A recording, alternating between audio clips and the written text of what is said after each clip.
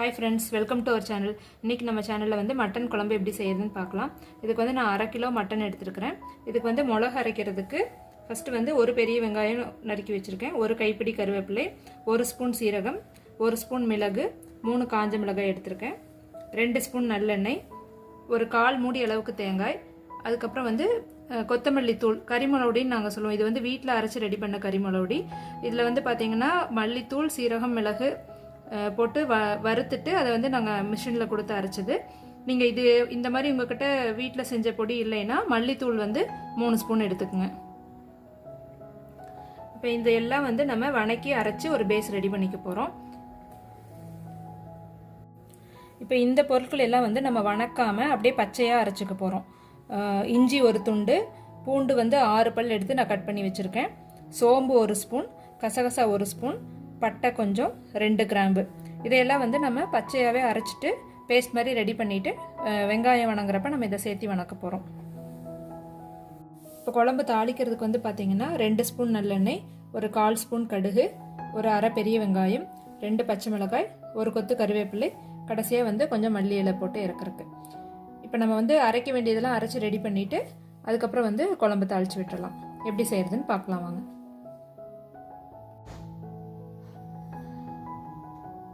இப்போ வந்து மிளகுக்கு வணக்கறக்கு நான் வந்து ஒரு வடைச்சட்டி வச்சுருக்கேன். அது கொஞ்சம் காஞ்சதையும் நம்ம நல்லெண்ணெய் ஆட் பண்ணிக்கலாம்.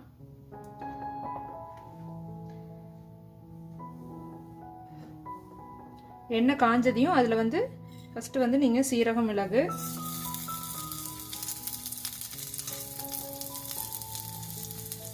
இதை ஆட் பண்ணிவிட்டு அதுக்கப்புறம் வரமிளகாய், கருவேப்பிலை ஆட் பண்ணிக்கணும்.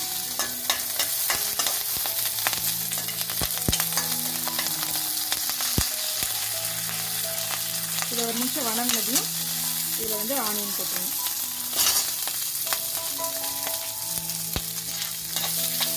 இப்போ வெங்காயம் போட்டுட்டு வெங்காயம் கொஞ்சம் வணங்கினதுக்கப்புறமா வந்து இதில் வந்து நம்ம கொத்தமல்லி தூள் ஆட் பண்ணிடலாம். இப்போ பார்த்தீங்கன்னா வெங்காயம் கொஞ்சம் நல்லா வணங்கிடுச்சு. இந்த ஸ்டேஜில் வந்து இது கூட நம்ம இப்போ கறிமிளகுடி ஆட் பண்ணிடலாம். அது கூடவே ஒரு 1/4 ஸ்பூன் மஞ்சள் தூள் ஆட் பண்ணிக்கோங்க. இதை லைட்டாக ஒரு நிமிஷம் மட்டும் வணக்கிட்டு அதுக்கப்புறம் நம்ம தேங்காயும் ஆட் பண்ணிடலாம்.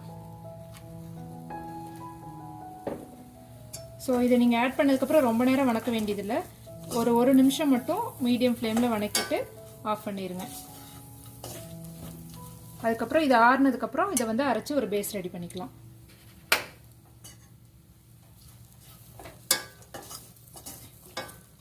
இப்போ இந்த பொருட்கள் எல்லாம் வந்து நம்ம பச்சையாக அப்படியே மிக்ஸி ஜாரில் சேர்த்து அரைச்சிக்க போகிறோம். அரைச்சி ஒரு பேஸ்ட் மாதிரி நல்லா ரெடி பண்ணிக்கோங்க.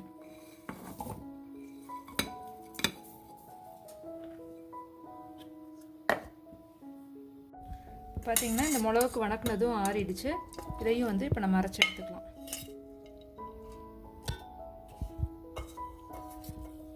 ஸோ இது ரெண்டையும் அரைச்சதுக்கப்புறம் நம்ம வந்து குழம்பு தாளித்து விட்டணும். அவ்வளோதான். இதை வந்து நீங்கள் கொஞ்சம் தண்ணி ஊற்றி நல்லா நைஸாக பேஸ்ட் அரைச்சிக்கோங்க. இப்போ 2 பேஸும் நமக்கு ரெடி ஆயிடுச்சுங்க. இது வந்து இஞ்சி, பூண்டு, பட்டை, சோம்பு, கசகசா இதெல்லாம் அரைச்சது. இதை வந்து நம்ம மிளகுக்கு வணக்கி வச்சிருந்ததை அரைச்சி எடுத்து வச்சுருக்கேன். இப்போ இதையெல்லாம் யூஸ் பண்ணி குழம்பு தாளிச்சிடலாம். இப்போ குழம்பு தாளிக்கிறதுக்கு வந்து நான் ஒரு குக்கர் வச்சுருக்கேன். இதில் வந்து குக்கர் காஞ்சதையும் அதில் வந்து நான் எண்ணெய் ஊற்றிக்கிறேன். 2 ஸ்பூன் நல்லெண்ணெய் ஆட் பண்ணிக்கிறேன். எண்ணெய் காஞ்சதையும் கடுகு ஆட் பண்ணிடுங்க.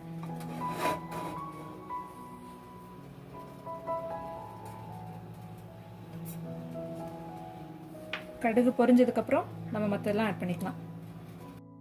கடுகு பொரிஞ்சதுக்கப்புறம் இதில் வந்து பச்சை மிளகாய், கறிவேப்பிலை, வெங்காயம் சேர்த்து நல்லா வணக்கிக்குங்க. வெங்காயம் வந்து ஓரளவுக்கு நல்லா வணங்கிடணும். வெங்காயம் வணங்கினதுக்கப்புறம் தான் வந்து நம்ம இதில் அரைச்சி வச்சுருக்கிற இஞ்சி, பூண்டு, பட்டை, சோம்பு அந்த பேஸ்ட்டு வந்து ஆட் பண்ண போகிறோம். ஸோ ஓரளவுக்கு வெங்காயம் நல்லா வணங்கி பொன்னிறம் ஆனதையும் இதில் வந்து நீங்கள் இப்போ அரைச்சி வச்சுருக்கிற இந்த பேஸ்ட்டை ஆட் பண்ணிக்கோங்க. இதை ஆட் பண்ணதுக்கப்புறம் இதனுடைய பச்சை வாசம் நல்லா போகிற வரைக்கும் நல்லா கொஞ்சம் நேரம் ஒரு 2 நிமிஷம் நல்லா வணக்கிட்டு அடுப்பு வந்து மீடியம் ஃப்ளேமில் வச்சு வணக்கிக்கோங்க. அதுக்கப்புறமா வந்து நம்ம மட்டன் ஆட் பண்ணணும். இப்போ நம்ம இஞ்சி பூண்டு பேஸ்ட்டெல்லாம் ஆட் பண்ணதுக்கப்புறம் அது நல்லா ஒரு நிமிஷம் அதனோட பச்சை வாசம் போகிற வரைக்கும் வணக்கிக்குங்க. அதுக்கு இப்போ பார்த்தீங்கன்னா உங்களுக்கு லைட்டாக எண்ணெய் பிரிஞ்சு வர ஆரம்பிக்கும். அந்த அளவுக்கு ஆனதும் அந்த பச்சை வாசனம் நல்லா போயிடணும். அதுக்கப்புறமா வந்து நீங்கள் அதில் மட்டன் ஆட் பண்ணிடுங்க.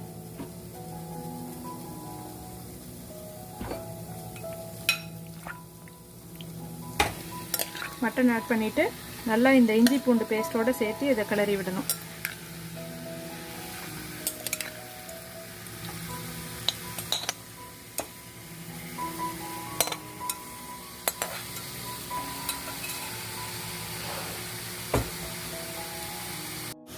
ஸோ வந்து மட்டன் ஆட் பண்ணிவிட்டு நல்லா இதை கிளறி விட்டுக்குங்க. மட்டன் நல்லா நமக்கு சுருண்டு வரணும். இப்போ வந்து கொஞ்சம் அடுப்பு வந்து ஹை ஃப்ளேமில் வச்சுக்கோங்க. இது வந்து இஞ்சி பூண்டு பேஸ்ட்டோடு சேர்ந்து அந்த மட்டனும் நல்லா மிக்ஸ் ஆகி வரையில் நமக்கு வந்து கறியில் நல்லா வந்து டேஸ்ட்டு உங்களுக்கு இறங்கும். நார்மலாக மிளகு அரைக்கிறப்போ நம்ம வந்து பட்டை, சோம்பு, கசகசா இதெல்லாம் போட்டு வணக்கிட்டு அதையும் அரைக்கலாம். பட் அதை விட இந்த மெத்தடில் வந்து செஞ்சிங்கன்னா உங்களுக்கு வந்து குழம்பு இன்னும் நல்லா டேஸ்ட்டாக இருக்கும். ஏன்னா வந்து ஃபுல்லாக அந்த பட்டை மசாலாவோட ஸ்பைசஸ்னோட இதெல்லாம் இதில் அப்படியே உங்களுக்கு நல்லா இறங்கிடும். ஸோ கறி நல்லா சுருண்டு தண்ணி விட்டு வர வரைக்கும் இதை அப்படியே நல்லா வணக்குங்க. இது நல்லா வணக்கிட்டு இருக்கிறப்ப நீங்கள் வந்து ஃபஸ்ட்டு வெங்காயம் வணங்குறப்பவே கொஞ்சமாக உப்பு ஆட் பண்ணிக்கங்க. அதுக்கப்புறம் இந்த கறிக்கு தேவையான அளவு உப்பு வந்து ஆட் பண்ணிடுங்க. ஸோ அப்போ வந்து கறியிலையும் நல்லா உப்பு வந்து உங்களுக்கு பிடிச்சிட்டு நல்லா சுருண்டு வரும் உங்களுக்கு. ஸோ உப்பு எவ்வளோ தேவையோ அதுக்கு தகுந்த அளவுக்கு பார்த்துட்டு ஆட் பண்ணிக்கோங்க.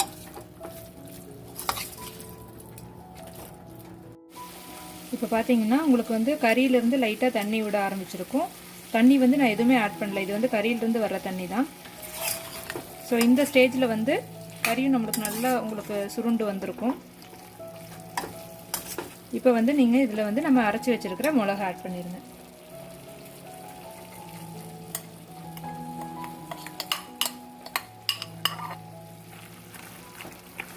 மிளகா ஆட் பண்ணிவிட்டு நல்லா ஒரு 10 நிமிஷம் அந்த மிளகோடு சேர்ந்து கொதிக்கணுங்க. இது பண்ணி பார்த்துட்டு நீங்கள் வந்து இப்போ தண்ணி ஆட் பண்ணிக்கலாம். கொஞ்சம் மிக்ஸ் பண்ணி விட்டுட்டு ஒரு 1.5லேருந்து 2 டம்ளர் வரைக்கும் நீங்கள் தண்ணி ஆட் பண்ணிக்கோங்க. உங்களுக்கு குழம்பு எந்த அளவுக்கு திக்னஸ் வேணுமோ அதை பொறுத்து நீங்கள் வந்து ஆட் பண்ணிக்கோங்க. நான் வந்து இப்போ ஒரு 2 டம்ளர் தண்ணி ஆட் பண்ணுறேன்.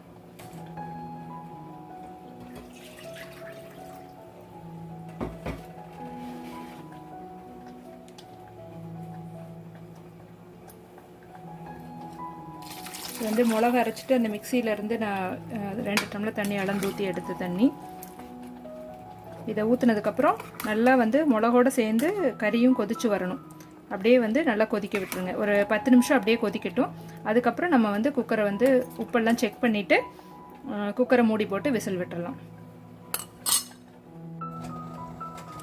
இப்போ பார்த்தீங்கன்னா நம்ம மிளகு ஊற்றுனதுக்கப்புறம் நல்லா ஒரு 10 நிமிஷம் வந்து குழம்பு வந்து கொதிச்சிட்டு இருக்குது. அப்படியே ஓப்பன்லேயே வச்சு கொதிக்க விடுங்க. இப்போ வந்து நல்லா உப்பு காரம் எல்லாம் செக் பண்ணிவிட்டு ஏதாவது வேணும்னா ஆட் பண்ணிக்கோங்க. இல்லைன்னா வந்து குக்கரை வந்து மூடி போட்டுட்டு ஒரு 6லேருந்து 8 விசில் விட்டுருங்க. அப்போ தான் வந்து உங்களுக்கு கறி நல்லா வெந்து வரும். இப்போ குக்கரை க்ளோஸ் பண்ணிடுங்க. கறி சின்னதாக அரிஞ்சிருக்கீங்கன்னா ஒரு 6 விசில் விட்டால் போதும். கொஞ்சம் கறி பெருசாக இருக்குது அப்படின்னா ஒரு 8 விசில் விட்டுக்குங்க.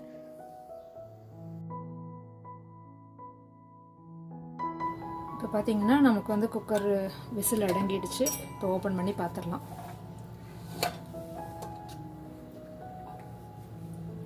ஸோ மட்டன் குழம்பு நமக்கு ரெடி ஆகிடுச்சு. இப்போ நான் வந்து இதில் மல்லி எல்லாம் போட்டுடுறேன்.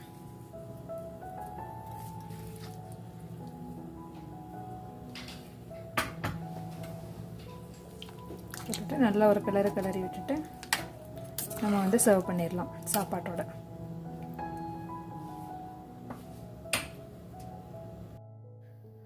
இந்த குழம்பு வந்து உங்களுக்கு ஒயிட் ரைஸ் கூடவும் நல்லாயிருக்கும். மற்ற டிஃபன் ஐட்டம்ஸ்க்கும் இந்த குழம்பு வந்து ஒரு நல்ல காம்பினேஷன்.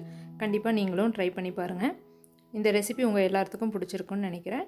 பிடிச்சிருந்ததுன்னா நம்ம சேனலுக்கு லைக் பண்ணுங்கள், ஷேர் பண்ணுங்கள், சப்ஸ்கிரைப் பண்ணுங்கள். தேங்க்யூ.